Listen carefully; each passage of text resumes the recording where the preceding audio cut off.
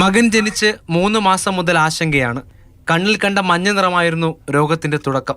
പിന്നീട് രോഗം കുഞ്ഞിനെ വല്ലാതെ ബാധിച്ചു. ഇപ്പോൾ 1 വയസ്സുകാരനായ ശ്രീയാൻഷിന് കരൾ മാറ്റിവെക്കൽ മാത്രമാണ് ഏകാശ്രയം. 2.5 മാസത്തിന് മുന്നെയാണ് ഡോക്ടർ പറഞ്ഞതിന് ഒരു കരളുമായിട്ട് ബന്ധപ്പെട്ട് കരളിൻ്റെ പ്രവർത്തനം പൂർണ്ണമായിട്ടും നശിച്ചു കഴിഞ്ഞു.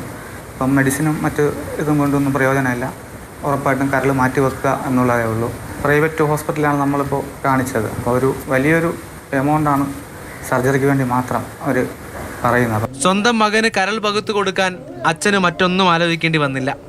എന്നാൽ ശസ്ത്രക്രിയയ്ക്ക് ആവശ്യമായ ചിലവാണ് കണ്ടെത്തേണ്ടത്. ഇവിടുത്തെ വിവിധ രാഷ്ട്രീയ പാർട്ടി നേതാക്കൾ, അതുപോലെ തന്നെ ജനപ്രതിനിധികൾ ഉൾപ്പെടെ എല്ലാ അഭ്യുദയാംശങ്ങളും ചേർന്നുകൊണ്ട് ഒരു സംഘാടക സമിതി, ഒരു ചികിത്സാ സഹായ സമിതി രൂപീകരിക്കുകയും കുട്ടിക്ക് ചികിത്സയ്ക്ക് ആവശ്യമായ ഫണ്ട് കണ്ടെത്തുന്നതിനാവശ്യമായിട്ടുള്ള ഇടപെടൽ വളരെ ഭംഗിയായി നടന്നു വരികയാണ്. ചികിത്സാ ചിലവ് കൂടുതൽ കടത്തിലേക്ക് കുടുംബത്തെ തള്ളിവിടുന്നുണ്ടെങ്കിലും മകനു വേണ്ടി ഇതല്ലാതെ മറ്റെന്ത് ചെയ്യുമെന്നാണ് നെയ്യാറ്റിൻകര കൊല്ലയിൽ സ്വദേശികളായ മാതാപിതാക്കൾ ചോദിക്കുന്നത്.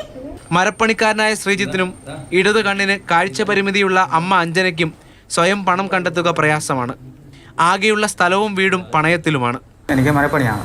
അപ്പോൾ അതുകൊണ്ട് തന്നെ എനിക്ക് അത്രയും വലിയൊരു ഫണ്ട് കാണാനുള്ള ശേഷിയില്ല. എനിക്ക് ചിന്തിക്കാവുന്നതിന് അപ്പുറമാണ് ആ ഫണ്ട്. എല്ലാവരും എന്നെ സഹായിക്കുക, എന്നെ മോനെ തിരിച്ച് ജീവിതത്തിലേക്ക് കൊണ്ടുവരാൻ എല്ലാവരും സഹകരിക്കുക.